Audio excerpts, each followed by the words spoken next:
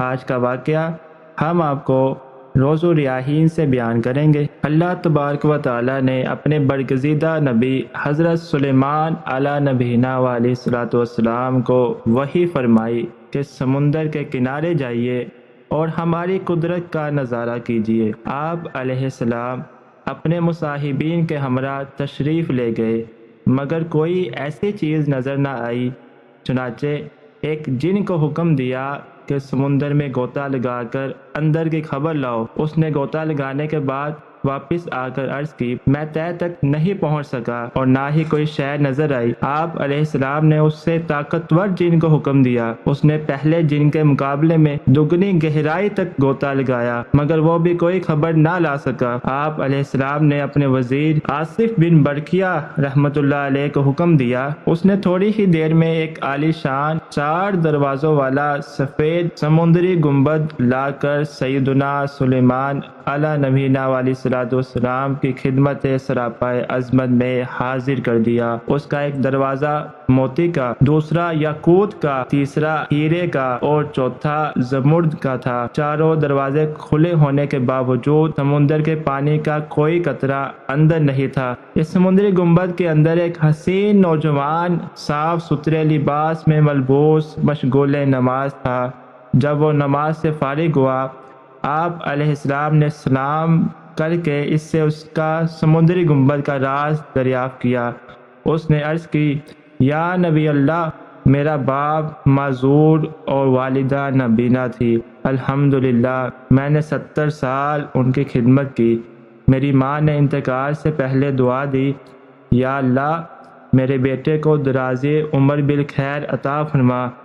والد محترم نے بوقت وفات دعا فرمائی، یا اللہ میرے بیٹے کو ایسی جگہ عبادت پر لگا کہ شیطان مداخلت نہ کرے۔ والد مرحوم کی تدفین کے بعد جب میں ساحل سمندر پر آیا تو مجھے یہ سمندری گنبد نظر آیا۔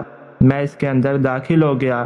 اتنے میں ایک فرشتہ آیا اور اس نے اس گنبد کو سمندر کی تہہ میں اتار دیا۔ سیدنا سلیمان علیہ السلام کے استفسار پوچھنے پر اس نے عرض کی کہ میں حضرت سیدنا ابراہیم خلیل اللہ علی نبینا علیہ الصلوۃ والسلام کے مقدس دور میں یہاں آیا ہوں۔ حضرت سیدنا سلیمان علیہ السلام نے جان لیا کہ اس کو 2000 سال اس سمندری گنبد میں گزر چکے ہیں، مگر اب تک نوجوان ہے۔ اس کا ایک بال بھی سفید نہ ہوا تھا۔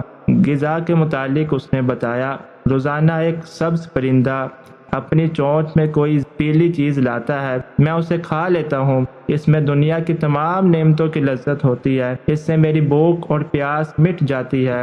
اس کے علاوہ الحمدللہ گرمی، سردی، نیند، سستی، غنودگی اور وحشت، گھبراہٹ و خوف، یہ تمام چیزیں مجھ سے دور رہتی ہیں۔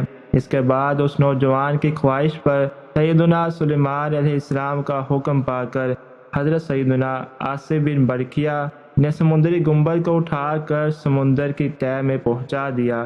اس کے بعد حضرت سیدنا سلیمان علیہ السلام نے فرمایا، اے لوگو، اللہ آپ پر رحم فرمائے۔ دیکھا اپنے والدین کی دعا کس قدر مقبول ہوتی ہے۔ ماں باپ کی نافرمانی سے بچو۔ سامعین و ناظرین، اس واقعے سے ہمیں یہ سبق ملتا ہے کہ ہم اپنے والدین کی قدر کریں اور ان کی دعائیں حاصل کریں، کہ ان کی دعائیں ہی ہمیں دنیا اور آخرت کی بلائیاں دلا سکتی ہیں اور ہمیں دونوں جہاں میں سرخرو کر سکتی ہیں۔